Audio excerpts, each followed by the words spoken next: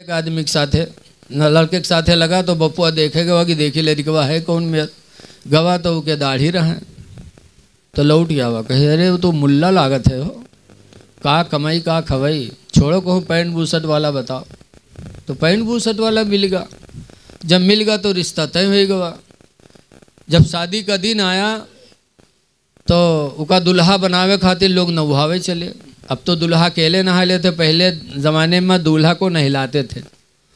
नहलावे चले तो उके पैखाना लग गया तो चला गया लेटरिंग में पैखाना करे और जब लेटरिंग से निकला तो नुहरा उठ ही नहीं पावे तो बाप का सोझावे तो सोझे नहीं हुआ तो बाप रोवेला कैसे हायला आज के दुल्हा बनावे के और बाराती दरवाजे पर हैं चढ़ाएगा आप कैसे हुई तो का घसीट उसीट के ढकेल के लेके गए डॉक्टर के पास।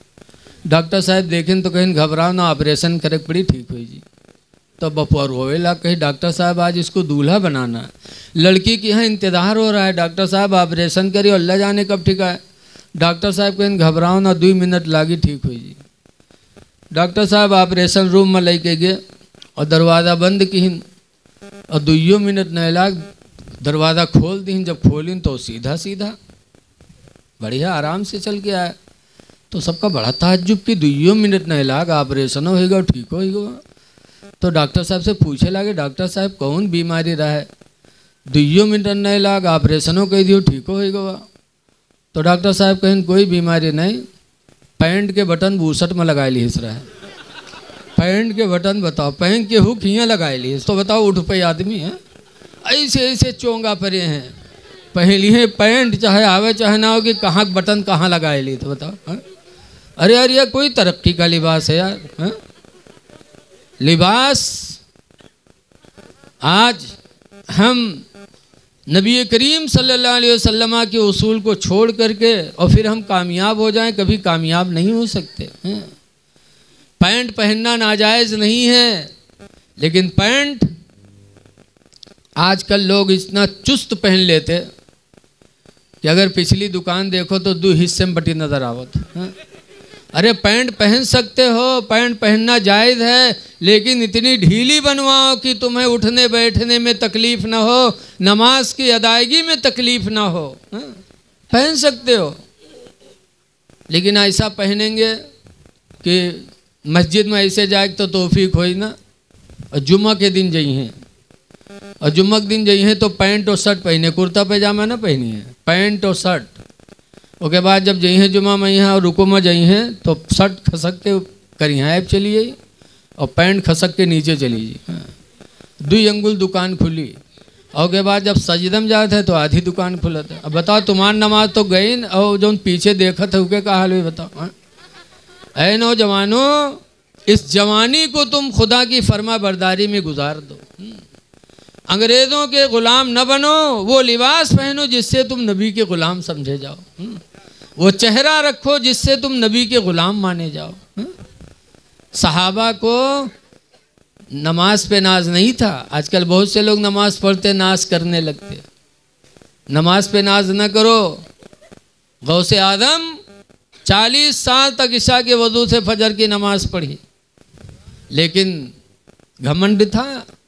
लिखा है कि हज़रत शेख सादी शिराज़ी रहमतुल्लाह अलैह हज करने गए थे और हरम में सो रहे थे। रात का वक्त था कि एक दर्द भरी रोने की आवाज़ हरम में गूंजी तो हज़रत शेख सादी की आँख खुले और रोने वाले को तलाश करने लगे कि इतनी रात में ये दर्द भरी रोने वाला कौन है।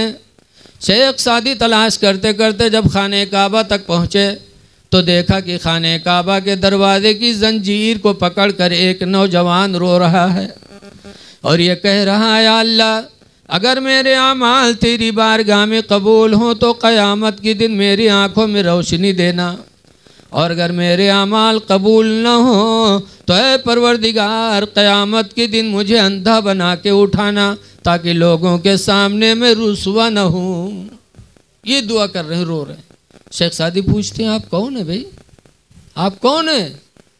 तो रोने वाले नौजवान ने कहा इसमें अब्दुल कादिर जीलानी, मेरा नाम अब्दुल कादिर जीलानी। बताओ वो गौसे पाक जिन्होंने 40 साल तक इशा के वजू से फजर की नमाज पढ़ी खाने काबा में रो रहे हैं और कह रहे हैं अल्लाह अगर मेरे अमाल कबूल हो तो क़यामत के दिन आंखों में रोशनी देना, और न हो तो मुझे अंधा बना के उठा लेना। और हम 4 वक्त की नमाज पढ़ के 5 वक्त की नमाज पढ़ के हम घमंड करने लगते। घमंड न करो। अब अक्सर तो देखा गवा है जो जवानी में कभू नमाज न पढ़ी है, जवानी में कहो मुर्गी चुरई है, कहो कटहर चुरई है, कहो यारवार छिंदरई करी है, और जब बुढ़ा जी हैं सब काम से लट गई हैं तब मस्जिद सुधरी है। ऐसे नमाजी इमाम के लिए मुसीबत रहा था। जिंदगी में कभू पढ़ी नहीं, बुढ़ापा में यहाँ सो जाए तो बुढ़वन का नींद तो आवर नहीं। 3 बजे रात के मस्जिद पहुँच गई हैं तो क्या कहे मौलवी, ओ मौलवी तुम बहुत सो था, तुम्हारा यहाँ से बिस्तरा गोले हो वाला है। वो बुढ़वा यूँ नहीं सोचा था कि उम्र में हम रहन तो हम का करी तरह। अरे पहुँच गए हो मस्जिद में फजर में तो इमाम को बुरा न कहो, इमाम को तकलीफ़ न दो, बल्कि पहुंचकर वज़ू बनाकर 2 रकात नमाज तहियतुल मस्जिद पढ़ लो, तहियतुल वज़ू पढ़ लो। खुदा का शुक्र अदा करो कि परवरदिगार तेरा शुक्र है कि तूने अपने घर में सबसे पहले हाज़िरी की तौफीक अता फरमाई है। इबादत करो और जब वक्त हो जाए तो अज़ान पुकार दो। अज़ान हदीस पाक में मुआविया काला समय तो रसूलुल्लाह सल्लल्लाहु अलैहि वसल्लम यक़ूलो, मुआविया कहते कि मैंने हुजूर से सुना, हुजूर फरमाते हैं मन अज़्ज़ना, जिसने मस्जिद में अज़ान पढ़ी फ़कुतिबा लहू बराअतुम मिनन नार, तो उसके लिए जहन्नम से निजात का परवाना लिख दिया जाता। सुभान अल्लाह, सुभान अल्लाह। अल्लाह तौफीक दिया आके अज़ान पढ़ दो, इमाम पर क्यों सवार हो रहे हो? इसलिए नाज करो तो गुलाम नबी पे नाज करो, नमाज पे नाज न करो, ना हज पे करो न रोज़ा पे। हाँ, अगर नबी की ग़ुलामी मैसर हो जाए तो ये सबसे बड़ी दौलत है, इस पर नाज करो। इस पर सहाबा ने भी नाज किया। नबी करीम के ज़माने में एक जंग हुई, हज़रत सफ़ीना घर से निकले जिहाद के लिए, रास्ते में जंगल पड़ा, हज़रत सफ़ीना तन्हा थे जंगल में। जब दाखिल हुए तो अल्लाह की मर्ज़ी थे अकेले और जंगल का शेर सामने आ गया। जब शेर सामने आया तो हज़रत सफ़ीना ने क्या कहा, बुखारी की हदीस है मुसलमानों। आज अगर हमका तुमका कहूँ गन्ना खेत में यहाँ अगर शेर मिल जाए तो क्या हाल हुई बताओ मीरगंज वाले, नीचे कपड़ा तो ख़राब हो जी, छड़ छड़ छड़ छड़ चली। लेकिन वारे हज़रत सफ़ीना, जब हज़रत सफ़ीना ने जंगल में शेर को तन्हा देखा, खुद तन्हा थे, तो बुखारी की हदीस में उन्होंने कहा था या अबल हारिस, ए जंगल के शेर, अना मौला रसूलिल्लाह, मैं रसूलुल्लाह का ग़ुलाम हूँ। सुभान अल्लाह, सुभान अल्लाह। ये नहीं कहा था मैं हाजी हूँ, ये नहीं कहा था मैं नमाजी हूँ, ये नहीं कहा था मैं आलिम हूँ, बल्कि उनको नाज था रसूलुल्लाह की ग़ुलामी पर। तो यही कहा था ना मौला रसूलुल्लाह, मैं रसूलुल्लाह का ग़ुलाम हूँ। सुभान अल्लाह, सुभान अल्लाह। जैसे इतना कहा सफ़ीना ने कि मैं रसूलुल्लाह का ग़ुलाम हूँ, बुखारी की हदीस में फ़अक़बलल असदो बसबसतन, वो शेर उनकी तरफ बढ़ा अपनी पूँछ को हिलाते हुए। जानवर पूँछ कब हिलाते हैं? कुत्ता को देखा होगा, जब किसी से मोहब्बत करता कुत्ता तो उसकी पूँछ रुकत नहीं है, टुन टुन टुन टुन टुन टुन टुन, बोलो चलती है कि नहीं चलती है? उसकी मोहब्बत की निशानी है। जानवर पूँछ हिलाते हैं जब मोहब्बत किसी से करते हैं। फ़अक़बलल असदो बसबसतन, वो शेर आगे बढ़ा अपनी पूँछ को हिलाते हुए। वक़ब्बल क़दमैहि, और आकर के सफ़ीना के दोनों पैरों को चूम लिया। वक़ाम इला जंबी, और पैर को चूम कर आकर पहलू में खड़ा हो गया। वसारा माहू, और हज़रत सफ़ीना के साथ साथ वो शेर जंगल में चलने लगा, ये सोच करके कि नबी के ग़ुलाम जा रहे हैं, कहीं कोई दूसरा शख्स या दूसरी चीज़ नबी के ग़ुलाम को तकलीफ़ न दे दे। तो जंगल का शेर उनका निगरां हो गया। ऐ लोगो, नबी की ग़ुलामी पर सहाबा को नाज था, तो नबी के ग़ुलाम बन जाओ। लिबास ऐसा हो कि देखकर समझा जाए कि मुसलमान है, चेहरा ऐसा हो कि देखकर समझ में आए कि मुसलमान है। नबी के ग़ुलाम बन जाओ, ताकि दुनिया से जाओ तो ग़ुलाम नबी बन के जाओ और मुसलमान बन के जाओ। मरना तो है ही है, किसी को बचना नहीं है। हिंदुस्तान में पहले अंग्रेज़ों की हुकूमत थी, हिंदू मुसलमान सब तंग थे, तो अंग्रेज़ों से जंग लड़ी गई, हिंदू मुसलमान सब लड़े जंग अंग्रेज़ों को भगाने के लिए, कामयाब भी हो गए। लेकिन उस जंग में 16,000 आलिम शहीद हुए थे। कितने आलिम शहीद हुए थे? अरे बोलो यार, जंग आज़ादी में कितने आलिम शहीद हुए बताओ। और मौलवी मौलाना का सब डरपोकना कहा था कि मौलवी मौलाना डरपोकना होता, बताओ। अगर डरपोकना होती तो 16,000 शहीद होते। 16,000 आलिम शहीद हुए, खून दे दिया, लेकिन हिंदुस्तान को अंग्रेज़ों से बचा लिया। तो 16,000 आलिमों में एक मौलाना मुरादाबाद के भी थे, जिनका नाम है किफ़ायतुल्लाह। अंग्रेज़ों ने कत्ल नहीं किया उनको फांसी दिया था। जब फांसी के फंदे पे मौलाना किफ़ायतुल्लाह को ले गए, तो अंग्रेज़ों ने कहा था, दस्तूर है फांसी का कि जब इंसान को फांसी दी जाए तो आखिरी वक्त उसकी कोई ख्वाहिश पूछी जाए, आखिरी वक्त ख्वाहिश पूछी जाए, क्या ख्वाहिश है। तो मौलाना किफ़ायतुल्लाह से भी अंग्रेज़ों ने पूछा कि मौलाना आखिरी वक्त है, तुम्हारा कोई ख्वाहिश? तो मौलाना ने कहा था, हाँ एक ख्वाहिश है। क्या कहा था? मीरगंज के मुसलमान हो तो कहा था, हमरे मेहर वो बलाला आखिरी बारी देख ली तनी, बोलो कहत के ना कहत, या तनी लड़कवन बला लो तनी कुछ बात बताई दी। लेकिन मौलाना किफ़ायतुल्लाह, कहाँ एक ख्वाहिश है मेरी। कहा क्या? कहा कलम दे दो, कागज़ दे दो। जब कलम और कागज़ दिया तब मौलाना किफ़ायतुल्लाह ने उस पर लिखा था चलते चलते, जिसका मफ़हूम ये था कि अंग्रेज़ों तुम मुझे फांसी दे रहे हो, ये सोच कर कि इसको हम फांसी दे देंगे और तुम हमेशा रहोगे दुनिया में, तुम्हें भी मरना है, हम मरने जा रहे हैं, तुम्हें भी मरना है। लिखा था, क्या लिखा था कि कोई गुल बाकी रहेगा ना चमन रह जाएगा। क्या बात। अंग्रेज़ों कुछ रह नहीं जाएगा, ना कोई गुल बाकी रहेगा ना चमन रह जाएगा, और एक रसूलुल्लाह का दीन हसन रह जाएगा। सुभान अल्लाह, सुभान अल्लाह। नारे तकबीर, नारे तकबीर, नारे रिसालत, मसलके आला हजरत, फैज़ाने आला हजरत मुफ्ती रफ़ीक आलम साहब कन्नापुरी। नारे तकबीर, नारे रिसालत, सुभान अल्लाह, सुभान अल्लाह। हम सफ़ीरो बाग में हैं कोई दम के चहचहे। ये दुनिया मुसाफिर है, सफ़र, हम सब मुसाफिर हैं।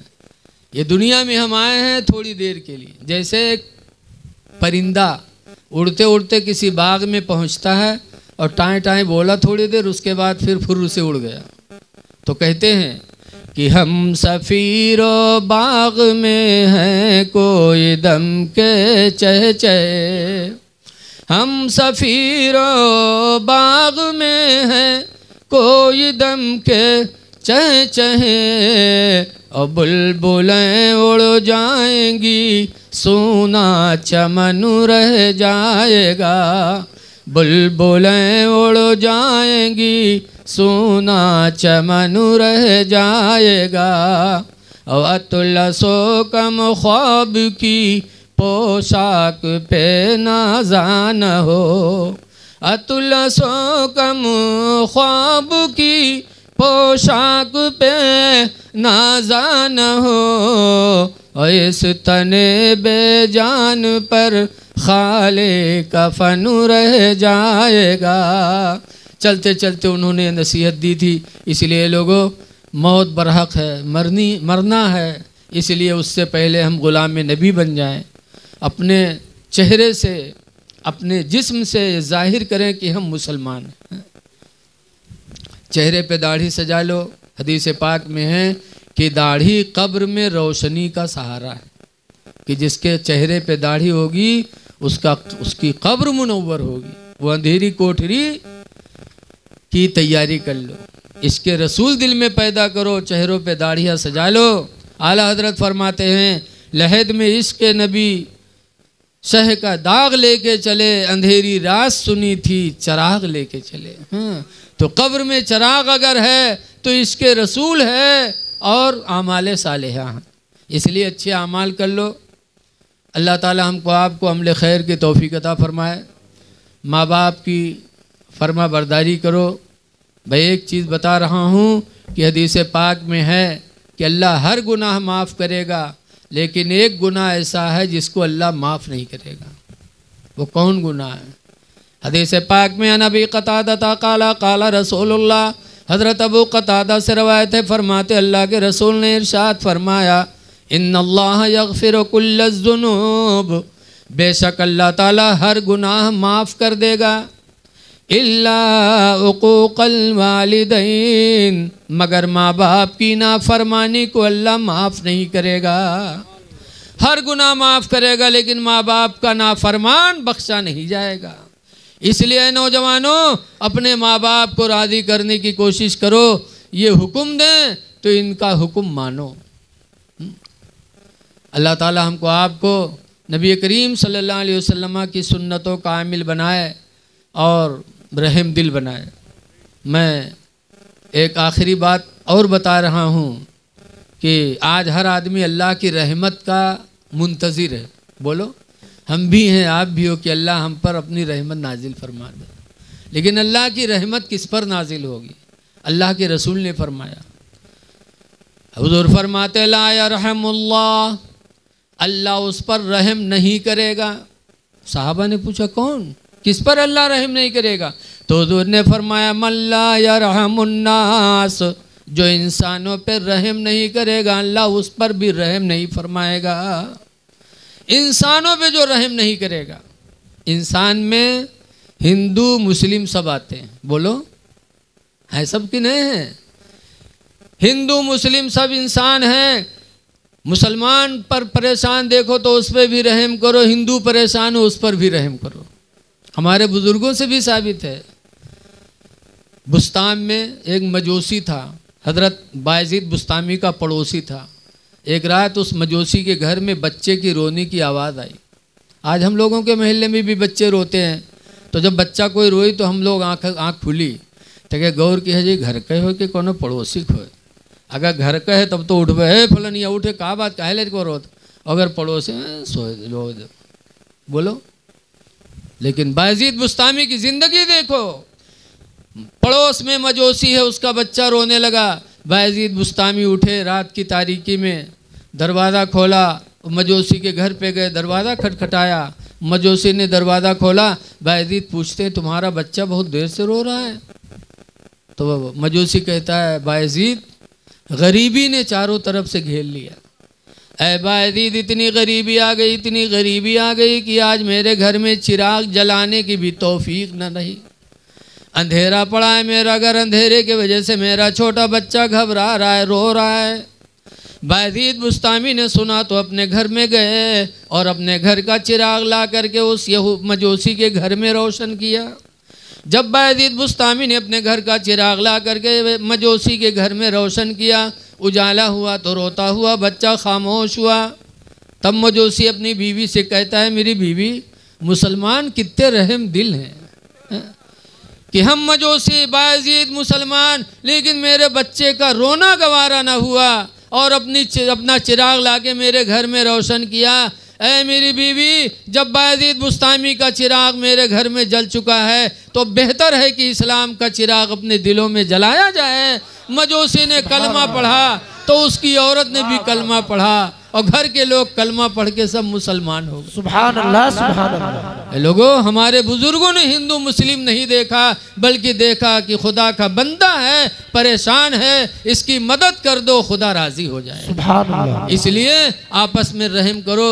जितना रहम करोगे अल्लाह वैसे ही आपकी रोज़ी में भी बरकत देगा और आप पर अपना रहम व करम नाजिल फरमाएगा। इसलिए रहम करो, भाइयों पर भी, पड़ोसियों पर भी, और ख़ास तौर से आजकल लोग तिलाक का मसला बहुत आ रहा है, जगह जगह तिलाक का मसला। बीवियों पर भी रहम करो, इसलिए कि अक्सर औरतें पढ़ी लिखी होती नहीं, शौहर का मर्तबा जानती नहीं। इसलिए अगर कोई औरत बदतमीज़ी कर रही है तो उसको समझाओ और सब्र करो, मारने पीटने की ज़रूरत नहीं, न तलाक देने की ज़रूरत। एक पीर साहब थे हज़रत सुल्तान, एक पीर साहब थे खुरासान के, सैयद अबुल हसन, सैयद अबुल हसन पीर थे, खुरासान खिरकान के रहने वाले थे। उनके मुरीद एक दफ़ा सोची नहीं यार बहुत दिन बहुत पीर साहब से मुलाकात नहीं है, तो चलो पीर साहब से मुलाकात की।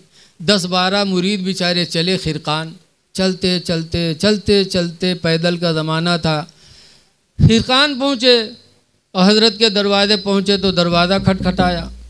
तो जब खटखटाएं तो हज़रत रहे नहीं, हज़रत की बीवी रहे हजरतैन, वो आएगी, दरवाज़ा खोलें, मुरीद लोग सलाम किन तो पूछें हज़रत कहाँ हैं, तो बीवी चौंकी, कहीं हज़रत हमारे घर में हज़रत को है भैया, कौन हज़रत? कहीं हमारे पीर हज़रत सैयद अबुल हसन खिरकानी। कहीं हाँ वो दज्जलवा का हज़रत कहा तो तुम लोग, उसे मुरीद हो गए हो मक्कार से। आप मुरीद लोग खड़फड़ाने, कहीं हाय अल्लाह हमारे पीर हैं, बीवी दज्जाल मक्कार बताओ थे। तो मुरीद लोग पूछें कहाँ गए हैं, कहाँ हैं, कहीं जंगल गवा है, अब आवत हुई। लोग खड़े बात ही कर रहे थे, इतने में देखा कि हज़रत अबुल हसन खिरकानी जंगल के शेर पर बैठे हैं और लकड़ियों का बोझ आगे रखे हैं और घर की तरफ आ रहे हैं, शेर पर बैठे। जब आए बीवी देखिस, बस भाग घर में कहे हाय वद दुश्मनवा शेर बलायल आवाज़, वो घर में भाग गए। और मुरीद बेचारे कहाँ चले जाएं। हज़रत आए, घोड़े शेर से नीचे उतरे, लकड़ियों का बोझ उतारा, शेर ने हज़रत का पैर चूमा, अपनी बोली में इजाज़त मांगी, हज़रत ने इजाज़त दिया तो शेर जंगल वापस चला गया। जब चला गया तब मुरीदों ने कहा हुजूर अजीब हाल है आपका, आपका इतना बड़ा मर्तबा कि जंगल का शेर आपकी फर्मा बरदारी कर रहा है, आपके पैरों को चूम रहा है, इतना बड़ा मर्तबा आपका, और आपकी बीवी आपको दज्जाल मक्कार बताती हैं।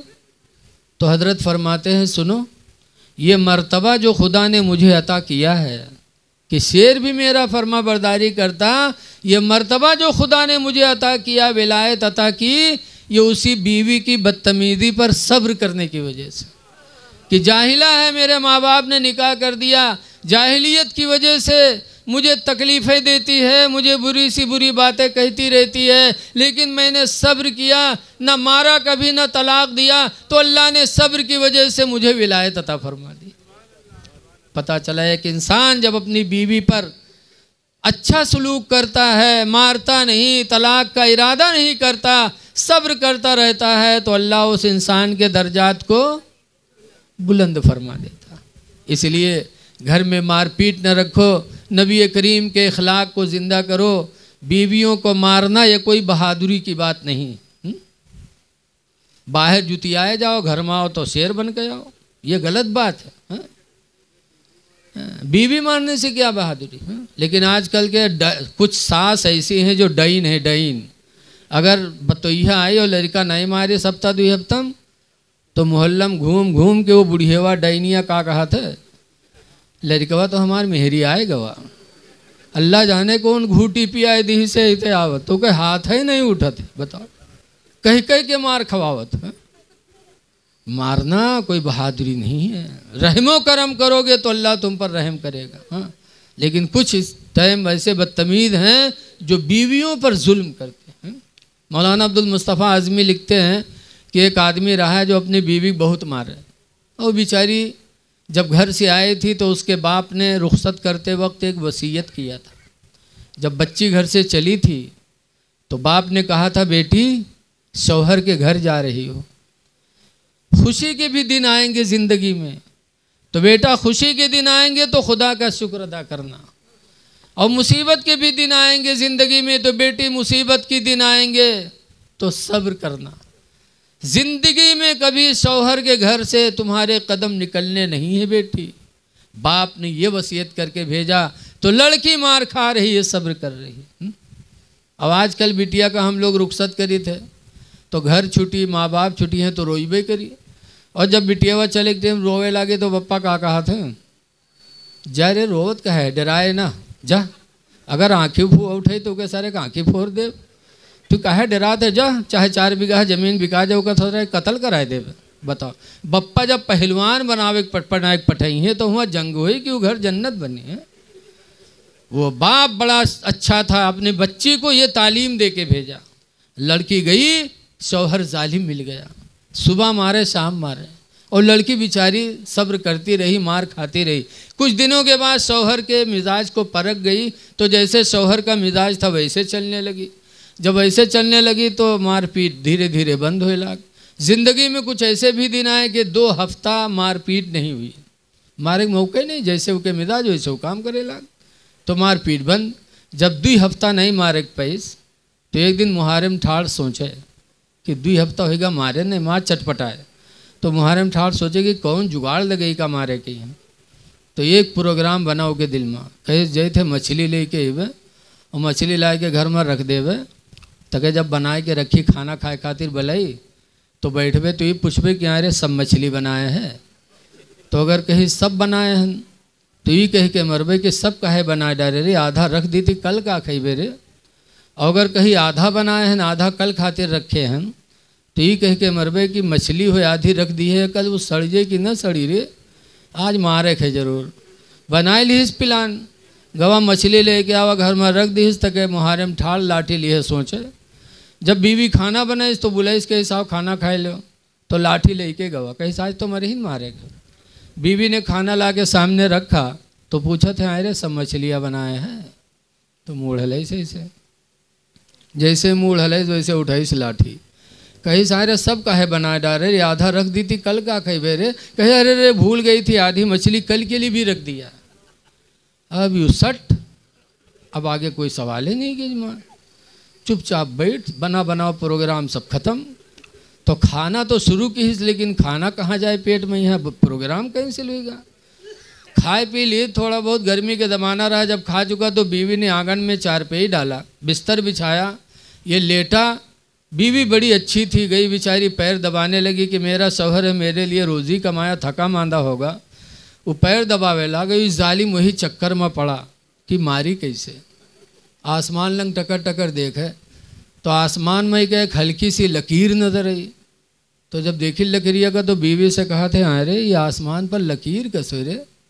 तो वहाँ देखे तो कहे सो फरिश्तन के सड़क हो, कहीं फरिश्तन के सड़क हो, कहीं हाँ वो उठाई से लाठी, कहीं सारे तो फरिश्तन के सड़क के नीचे हमारे खटिया बिछाया है, अगर उनके मोटर फिसली एक्सीडेंट भवा तो हम मरब की बचब रे दुश्मन, वह पीट पाट के बहाए थे। बताओ ऐसे बदतमीज हैं जालिम जो अपनी बीवियों पे जुल्म करते हैं। ऐ लोगों, ये अल्लाह की तरफ से अमानत है तुम्हारे हाथों में, न मारो न तलाक दो, बल्कि सब्र करके ज़िंदगी गुजार लो। अल्लाह भी राज़ी होगा, अल्लाह का रसूल भी राज़ी होगा। दुआ अल्लाह ताला इन चंद बातों को कबूल फरमाए और मरहूमा की अल्लाह मग़फ़िरत फरमाए, और इस इदारे को, हर इदारे ले सुन्नत को अल्लाह तरक्की अता फरमाए। अस्सलाम वालेकुम। खड़े हो जाइए। सलातो चल रही थी, बड़ा सुकून मिला, तो हमने सोचा लाइव का कुछ बातचीत करी, लंबा सफ़र है, कहीं के आंखें न झपक जाए तो तकरीरें रही जी, अल्लाह जाने कहाँ चले जावा जा दोनों मिला। तो कहा हम बोलकारे लागे, हम कहें भैया तुम कहाँ रहा था, कहें वहाँ साहब शिवपुरी रही थे। हम कहा नाम है भैया, तो कहीं झुल्ला। तो हम कहा झुल्ला, कहीं हाँ, हम कहा असली नाम का है, कहीं यही नाम है असली। जब झुल्ला असली नाम बताइस तो हम कहा भैया तुम किके उम्मत में हो। जब पूछा किसके उम्मती हो तो कहा थे कि मौलवी मौलाना जाने, हमें नहीं पता। बताओ जवान हो गया और इंसान को पता नहीं है कि अल्लाह ने हमको किसकी उम्मत में बनाया। तो जब वो कहीं मौलवी मौलाना जाने हम नहीं पता, हमें नहीं पता है, तो हम चुप हो गए। फिर वहाँ पहुँचे तो चाय आई, तो हम थोड़ा गमगीन बैठे थे, तो चाय लाने वाले कहते हैं हजरत क्या बात बहुत रंजीदा। हम कहा यार ये कौन मेरा आदमी यार, इससे हम पूछा किसके उम्मत में, तो कहा था मौलवी मौलाना जाने। कहने अरे हजरत तू जाहिल आदमी हो के पीछे काहे पड़े हो, आप चाय पियो। तो हमको अच्छा तुम बताओ तुम के उम्मत में हो। तो कहते अरे हजरत चाय पियो, तुमसे बाहर थोरो हैं। अब बताओ तुमसे बाहर थोरो ना। आदमी जवान हो जाता और अपने इस्लाम का कुछ पता नहीं है। लोगों इल्म हासिल करो। बेहतरीन वो शख्स है जो कुरान पढ़े और दूसरे को पढ़ाए। अभी हजरत फरमा रहे थे कि कल की माएँ अच्छी थी तो उनसे गौस पैदा हुए, बाबा फरीदुद्दीन गंजे शकर पैदा हुए। क्यों? कल की औरतें अल्हम्दुलिल्लाह दीनदार होती थी। जैसा कि आपने सुना कि हजरत गौस 18 पारे के हाफिज बन के पैदा हुए थे, उनकी माँ कुरान पढ़ती थी। बाबा फरीदुद्दीन नमाजी बने तो माँ को देख करके। आज घर में नमाज लोग नहीं पढ़ते तो बच्चे भी नमाजी नहीं होते। हदीस पाक में अन आयशा, हज़रत आयशा रदियल्लाहु ताला अन्हा फरमाती हैं, उनसे रवायत है, कहती हैं अल्लाह के नबी ने फरमाया, हज़रत आयशा कहती हैं अमराना रसूलुल्लाह सल्लल्लाहु अलैहि वसल्लम बि बनाइल मस्जिद फिल बुयूत, कि सरकार ने हम लोगों को हुक्म दिया कि घरों में मस्जिद बनाई जाए। हर घर में मस्जिद बनाने का हुक्म अल्लाह के रसूल ने दिया। कौन मस्जिद? ये मीनार वाली नहीं, ये मस्जिद तो एक होगी महल्ले की, लेकिन हर घरों में मस्जिद का हुक्म हुजूर ने दिया। कई कमरे हों तो एक कमरा इबादत के लिए ख़ास कर दो, एक ही घर हो तो उसका कोई कोना इबादत के लिए ख़ास कर दो, ताकि जब तुम उसमें नमाज पढ़ोगे तो तुम्हारे घर के बच्चे भी तुमको देखकर नमाजी बनने की कोशिश करेंगे। इसीलिए हर घर में मस्जिद बनाने का हुक्म अल्लाह के रसूल ने दिया। तो जब हम अच्छा काम करेंगे तो बच्चे भी करेंगे। हजरत गौसे पाक की माँ कुरान पढ़ती थी तो हाफिज कुरान बन के पैदा हुए। बाबा फरीदुद्दीन, उनकी माँ नमाजी थी तो बाबा फरीदुद्दीन नमाजी हो गए। इमाम हुसैन को करबला में सजदे में सर कटाने का जज्बा कहाँ से मिला? फातिमा जहरा की गोद से मिला। फातिमा जहरा का सजदा कितना लंबा था आप सुनते हो कि सजदा करती थी तो रात ख़त्म हो जाती, तो औलाद में भी सजदे का जज्बा पैदा हुआ और आखिरी वक्त भी सजदे ही में उन्होंने सर कटा लिया। ये जज्बा माँ से मिलता है, लेकिन आजकल की हमारी माएँ उससे खाली हैं। कल की माएँ अपने औलाद को सीने पे लिटा के दरूद की थपकियाँ देती थी, कहा करती थी कि सो जाओ या मुस्तफ़ा कहते कहते, अखुले आँखों सल्ले आला कहते कहते, कि बेटा सो तो मुस्तफ़ा के नाम पर, उठो तो मुस्तफ़ा के नाम पर। तो बच्चे नबी से मोहब्बत करने वाले होते थे और मस्जिदों के नमाजी बनते थे, और वक्त आ जाता था तो मैदान जिहाद के गाजी भी बनते थे। आजकल की हमारी माँ बहनों ने वो माहौल बदल दिया। आज कहाँ वो सो जाओ मुस्तफ़ा कहते कहते। आज तो देखा जाता है जहाँ लड़का रोवे लगी वो उठाई बिस्तर पटकी हैं तक भदर भदर पिटी हैं, ये सो जा खनत मनत दी कौड़ी पायो कौड़ी लेके गंग बहायो गंगा माता बारू दीन बारू लेके भुजवक दिया भुजवाम कलावा दे। सल्ला जाने कहाँ से याद के लेते। हाँ, न तो कोनो आज तक की किताब छपी है, न तो कोनो मास्टर ही मेर मिले हैं, और इतनी बड़ी कहानी याद के इतनी देर तक पीटत है कि लड़का डरकर मारे सो जाते। हाँ, हम तो देहाती आदमी सुना करे थे, बड़े विरोग से कहीं सो जा खनत मनत दी कौड़ी पायो कौड़ी लेके गंग बहायो गंगा माता बारू दीन बारू लेके भुजवक दिया भुजवाम का लावा दे, लावा लेके खीर बनाए सब घर खाएं, कहानी बिलैया खाए छू तब फूंक छोड़त है लड़का पर। बताओ, हाँ? जब महतारी इतनी बड़ी चुड़ैलिन है कि खीर बनावा सब घर कहीं कहानी बिलैया खाए। बताओ, हम बुढ़ाए गए आज तक कहानी बिलैया नहीं देख पावा। अई रोज खीर बनाए बनाए कहानी बिलैया खवावत। हाँ? अल्लाह जाने बिलैया कहानी रहा था कि खुदे कहानी रहा था। हाँ? जब आज कल की माँ इस तरह होंगी तो औलाद नेक कैसे पैदा होगा? इसीलिए मुफ्ती अहमद यार खान नईमी ने तफसीर नईमी में लिखा है कि बेअदब माँ बाअदब औलाद जन सकते नहीं, बेअदब माँ बाअदब औलाद जन सकती नहीं, ओ मादन जर मादन फौलाद बन सकते नहीं। जैसे लोहा कभी सोना नहीं हो सकता, वैसे ही बेअदब माँ से बच्चा बादब नहीं होगा। इसीलिए हुक्म है कि जब शादी का वक्त आए तो दौलत न देखो, पहले पहले खानदान देखो, दीन देखो। हदीस पाक में हुजूर फरमाते तुनकिहुल मरअतु लिअरबाति अशिया कि औरतों से निकाह किया जाता 4 चीज़ें देख करके, कि दुनिया वाले 4 चीज़ें देखते हैं। 4 चीज़ें देखी जाती लड़की में। हदीस में लिमालिहा, लड़की का माल देख करके लोग निकाह कर लेते कि जहेज ज़्यादा मिलेगा। वली जमालिहा, और कुछ लोग हैं जो लड़की की खूबसूरती को देख कर निकाह कर लेते। वली हस्बिहा, और कुछ ऐसे हैं जो लड़की का ख़ानदान देख करके रिश्ता कर लेते। वली दीनिहा, और कुछ ऐसे भी लोग हैं जो लड़की का दीन देख करके रिश्ता कर लेते। लेकिन है मेरे सहाबा, तुम्हें किस चीज़ को देखना है? सरकार फरमाते हैं फज़फुर बिज़ातिद्दीन, ऐ मेरे सहाबा तुमको दीन वाली को तरजीह देना है। जो लड़की दीनदार हो उसको तरजीह देना।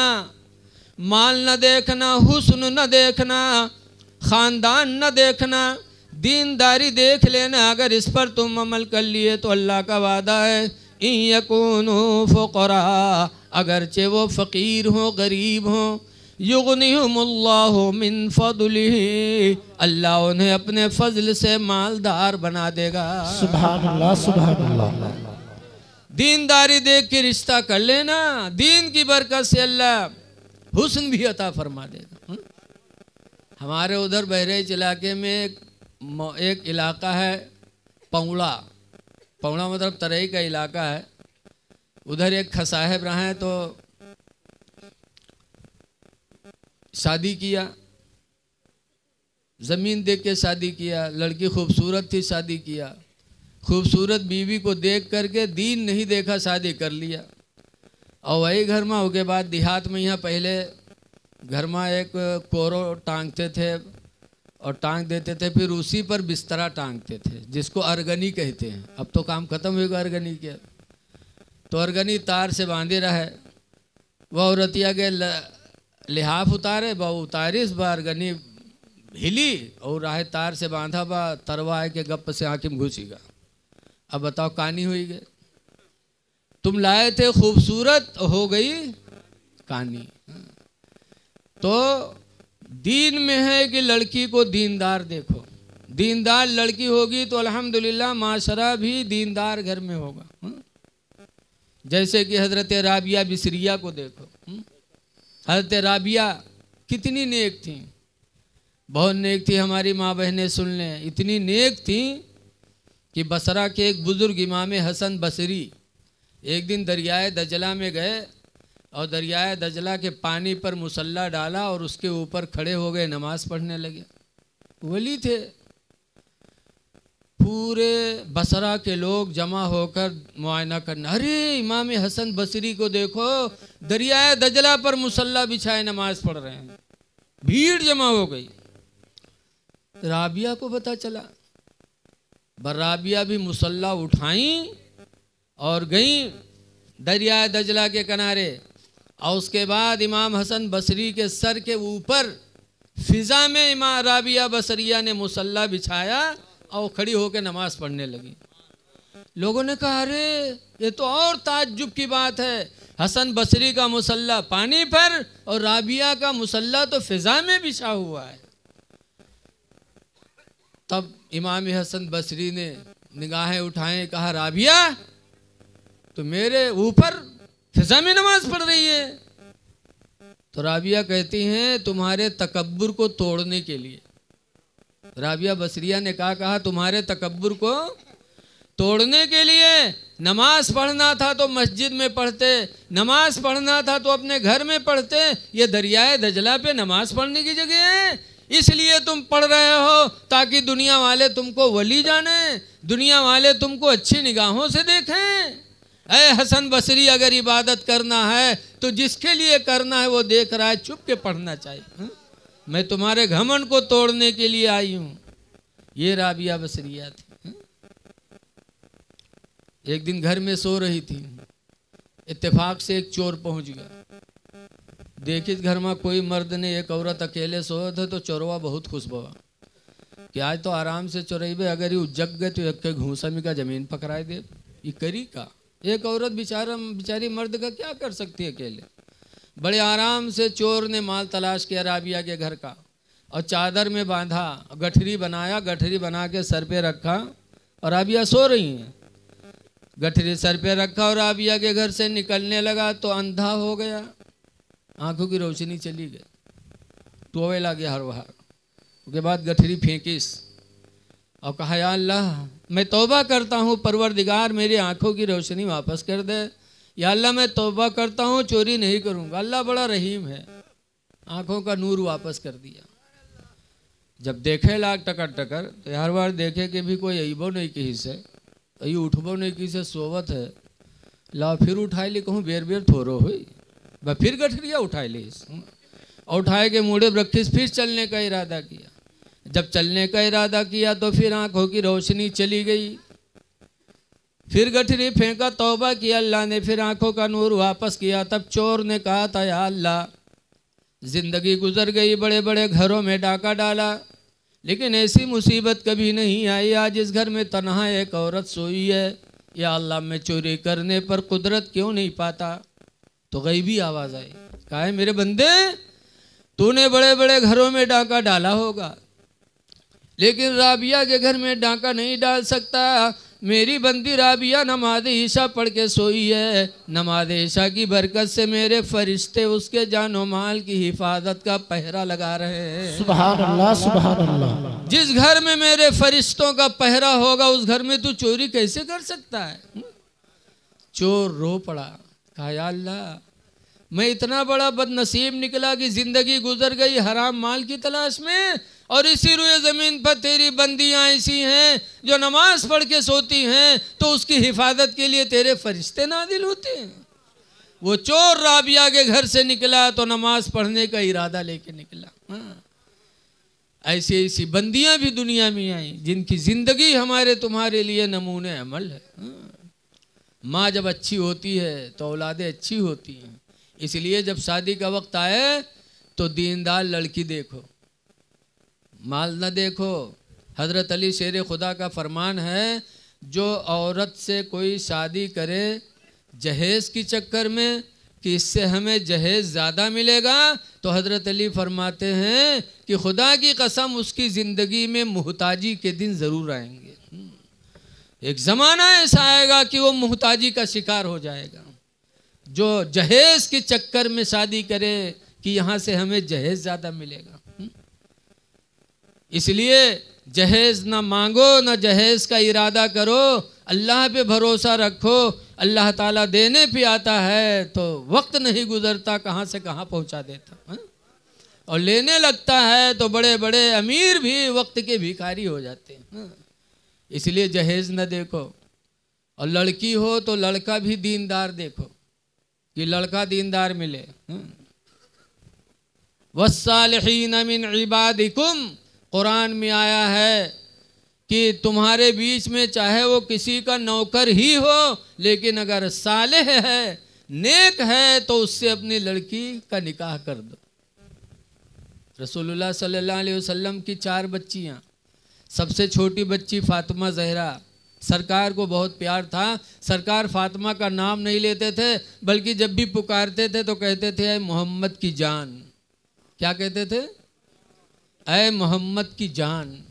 इतनी मोहब्बत करते थे। लेकिन जब उनकी शादी का वक्त आया तो किसके साथ किया? हज़रत अली के साथ। और हज़रत अली के पास घर भी नहीं था, ज़मीन जायदाद छोड़ दो, दुकान छोड़ दो, घरों नहीं रहा, बगैर घर के रहा। शादी कर दी और शादी होने के बाद 2 साल तक गौना नहीं गया हज़रत फातिमा का। तो मदीने के लोग कहने लगे अली 2 साल हो गया निकाह किए और फातिमा को रुखसत नहीं कराए। तो हज़रत अली कहते कहाँ ले आऊँ, मेरे पास घर भी तो नहीं मदीने मुनव्वरा में। तो एक अंसारी अल्लाह अंसारियों पे रहम करम नाजिल फरमाए। मदीने के अंसारियों का बड़ा एहसान है मुसलमानों पर। एक अंसारी खड़े हुए, वो कहते हैं अली मेरे 2 घर हैं, दोनों में से एक जो तुम पसंद कर लो उसको मैं तुम्हें नजराना दे दूं।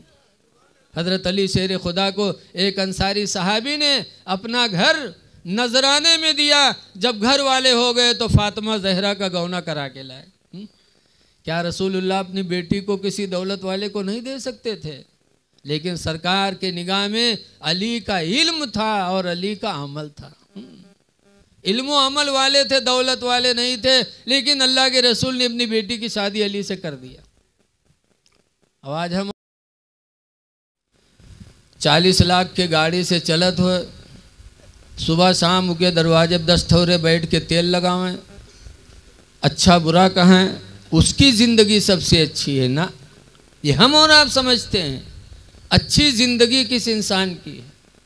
हज़रत इमाम मालिक से पूछा गया, अभी हज़रत ने चारों इमाम का तज़किरा किया, चारों इमाम में हज़रत इमाम मालिक हैं, उनसे पूछा गया कि कुरान में जो अल्लाह ने वादा किया है कि हमने एक काम करने वाले को हयात तय्यबा देंगे, यानी अच्छी ज़िंदगी देंगे, अच्छी ज़िंदगी का मतलब क्या है? तो इमाम मालिक ने बताया था कि अच्छी ज़िंदगी का मतलब यह है अल्लज़ी याकुलु हलालन, अच्छी ज़िंदगी उसकी है जो हलाल रोज़ी खाए। सुभान अल्लाह। वयल्बुसु हलाला, और अच्छी ज़िंदगी उसकी है जो हलाल कपड़े पहने, जिसकी रोज़ी हलाल हो, जिसके कपड़े हलाल हो। इमाम मालिक कहते हैं सबसे अच्छी ज़िंदगी तो उसी की है। सुभान अल्लाह। अच्छी ज़िंदगी।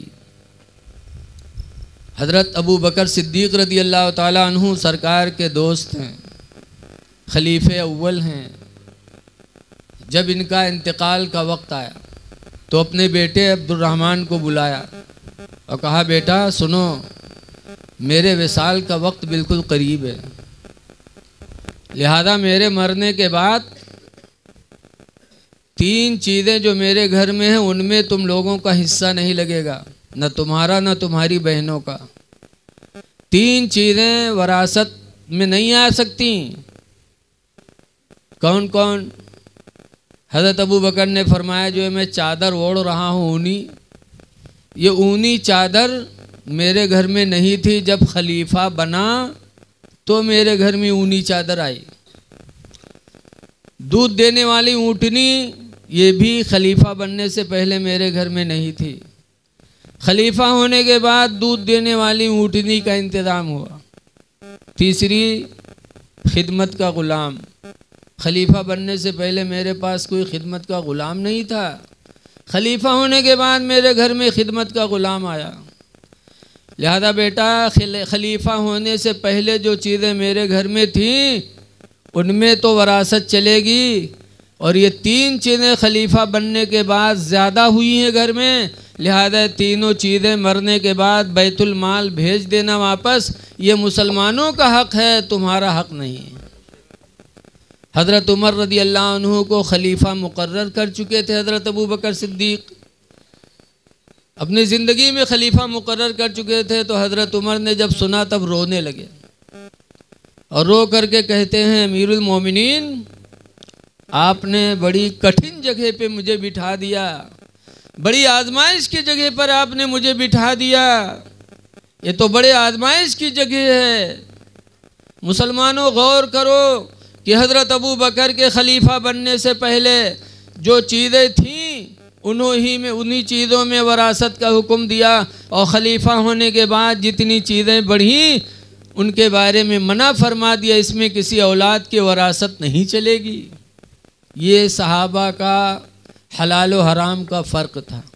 बोलो, अब आज बैंक में खाता न रहे और जहाँ प्रधान बने ब लड़का बिटिया मेहरुवक यक्को नए जगह खाता बैंक में न चलत हो। बोलो, विधायक बने तो 10 जगह मकान है, ज़मीन का ठिकाना नहीं, कितनी ज़मीनें हो गई, कितनी दौलत हो गई। सहाबा की ज़िंदगी से सबक हासिल करो। सहाबे कराम खलीफा होने के बाद भी उन्होंने कितनी दयानतदारी और ईमानदारी बरती है। अच्छी जिंदगी अपनाओ, अच्छी जिंदगी उसी की है जिसका लिबास हलाल हो, जिसकी रोजी हलाल हो। आज मस्जिदें सूनी पड़ी हैं, अजान होती है, नमाजी नहीं मिलते। इसकी वजह क्या है? बहुत साल पहले मैं कानपुर गया था, जैसे तकरीर के लिए बैठा, खुतबा पढ़ा, वैसे एक पत्रकार खड़े हो गए, कहे मौलाना पहले मेरे एक सवाल के जवाब दो फिर तकरीर करो। तो हम परेशान, हम कहने अल्लाह जाने भरे मजमम का पूछ ले, सब मालूम थोड़ो है हमका, लेकिन अब ना भी नहीं कर सकते थे। हमने कहा बताओ भाई साहब क्या बात है? तो उन्होंने कहा था, आज 7-8 साल हो गए, जुलाई के महीने में गया था, उन्होंने कहा एक बात बताइए मौलाना साहब कि मदरसे आज से 30-40 साल पहले इतने मदरसे नहीं थे जितने अब हो गए, मौलाना भी इतने नहीं थे जितने अब हो गए, जलसे भी पहले इतने नहीं होते थे जितने अब होने लगे। तो बुराइयों को ख़त्म हो जाना चाहिए, लेकिन देखा जाता है बुराइयां बढ़ती ही जा रही हैं। मौलाना बढ़ते जा रहे, बुराई बढ़ती जा रही, मदरसे बढ़ते जा रहे, बुराइयां फैलती जा रही हैं, जलसे रोज़ हो रहे हैं, बुराइयां बढ़ती ही जा रही हैं। इसकी वजह क्या है? इसका जवाब आप बता दीजिए, फिर तकरीर करिए। तो हमने कहा भाई इसका जवाब तो मेरे पैगंबर ने 1400 साल पहले ही बता दिया था। क्या बताया? हदीस पाक है, अनसिन क़ाला क़ाला रसूलुल्लाह सल्लल्लाहु अलैहि वसल्लम, हज़रत अनस से रवायत है, फरमाते अल्लाह के रसूल ने इरशाद फरमाया, याते अलन्नास ज़मानुन, सरकार फरमाते हैं लोगों पर एक ज़माना ऐसा आएगा, एक ज़माना ऐसा आएगा कि ला युबालिल मरो, कि उस ज़माने में इंसान सोचेगा नहीं। एक ज़माना ऐसा आएगा कि इंसान की सोच ख़त्म हो जाएगी। किस चीज़ के बारे में? ला युबालिल मरो, इंसान सोचेगा नहीं, मा अख़ज़ा मिन्हु, जिस चीज़ को अपने हाथ में लेगा उस चीज़ के बारे में सोचेगा नहीं, अमिनल हलाल अमिनल हराम, कि जो मैंने लिया ये मेरे लिए हलाल है या मेरे लिए हराम है। हराम और हलाल का फ़र्क जब ख़त्म हो जाएगा तो सरकार फरमाते हैं लोगों के दिलों से खौफ खुदा चला जाएगा, अज़ानें होती रहेंगी, मस्जिदें सूनी पड़ी रहेंगी। वो वक्त आ गया कि नहीं आ गया? बोलो भाई। हर आदमी सोचता है कि हम मालदार हो जाएं, चाहे हराम का मिले और चाहे हलाल का मिले। तो जब ये नियत हो गई तो खौफ खुदा दिल से चला गया, नूरे ईमान चला गया, मस्जिदें सूनी पड़ी हैं, अजान हो रही, कोई मतलब नहीं। ये अजान की बरकत सुनो। जब अल्लाह के रसूल ने फ़तह मक्का फरमाया, सना 8 हिजरी में मक्का फ़तह हुआ, तो कुफ़ार अपने अपने घरों में बंद हो गए, दरवाज़ा बंद कर लिया, घर के अंदर हो गए। अल्लाह के रसूल ने हज़रत बिलाल से कहा, बिलाल आज काबे के छत पे चढ़ के अजान पुकारो। हज़रत बिलाल ने काबे के छत पे चढ़ के जो अजान पढ़ी थी, जैसे हज़रत बिलाल के मुंह से निकला था अल्लाहु अकबर अल्लाहु अकबर, कि अल्लाह ही सबसे बड़ा है, जैसे आवाज़ हज़रत बिलाल के मुंह से निकली थी अल्लाहु अकबर, तो मक्का के काफिरों ने अपने दरवाज़ों को खोल दिया और रसूलुल्लाह के कदमों में आकर ईमान कबूल कर लिया। उन लोगों ने कहा जब सबसे बड़ा खुदा ही है तो हम इन बुतों के सामने क्यों सर झुकाएं, हम उस खुदा के सामने क्यों न सर झुकाएं जो खुदा सबसे बड़ा है। अल्लाहु अकबर की लफ्ज़ ने कुफ्फार के दिलों में इनकलाब पैदा किया। वो काफिर थे, लेकिन अल्लाहु अकबर की आवाज़ सुन करके उन्होंने दिल की दुनिया बदली और ईमान कबूल कर लिया। और आज हम मुसलमान होकर के मस्जिद से अजान हो रही है, कोई मतलब नहीं। बैठे हैं तो बैठे हैं, लेटे हैं तो लेटे हैं, खाएं तो खा रहे हैं, बातचीत कर रहे हैं तो बातचीत कर रहे हैं, अजान हो रही है। ऐ लोगों, इसकी वजह यही है कि हलाल और हराम का फ़र्क ना करके हमने अपने दिल से खौफ खुदा को निकाल दिया, नूर ईमान चला गया, इसीलिए अजान होती है और मस्जिदें सूनी पड़ी हुई है। ऐ लोगों, कोशिश करो कि रोज़ी हराम न मिले, हराम रोज़ी से अपने आप को बचाओ, हलाल रोज़ी खाने की कोशिश करो। और ये भी है कि इंसान जैसी रोज़ी चाहता है अल्लाह उसको वैसे ही देता है। एक चोर इरादा करता है हम चोरी करके खाएंगे तो अल्लाह उसे चोरी की रिज़्क़ अता फरमाता। एक वो इंसान है जो सोचता है हम भीख मांग के खाएंगे तो भीख से अल्लाह उसे रोज़ी देता है। और जो सोचता है कि हम हलाल रोज़ी खाएंगे, मेहनत की कमाई खाएंगे तो अल्लाह ताला उसे रिज़्क़ हलाल अता फरमा देता है। तो अल्लाह सब कुछ दे रहा है तो क्यों हम रिज़्क़ हलाल को न तलब करें। इसलिए हलाल रोज़ी खाएं। जब हलाल रोज़ी होगी तो अल्हम्दुलिल्लाह दिलों में जज्बा ईमानी बेदार होगा, फिर इंशाअल्लाह हमारे हर कदम शरीयत के मुताबिक उठेंगे।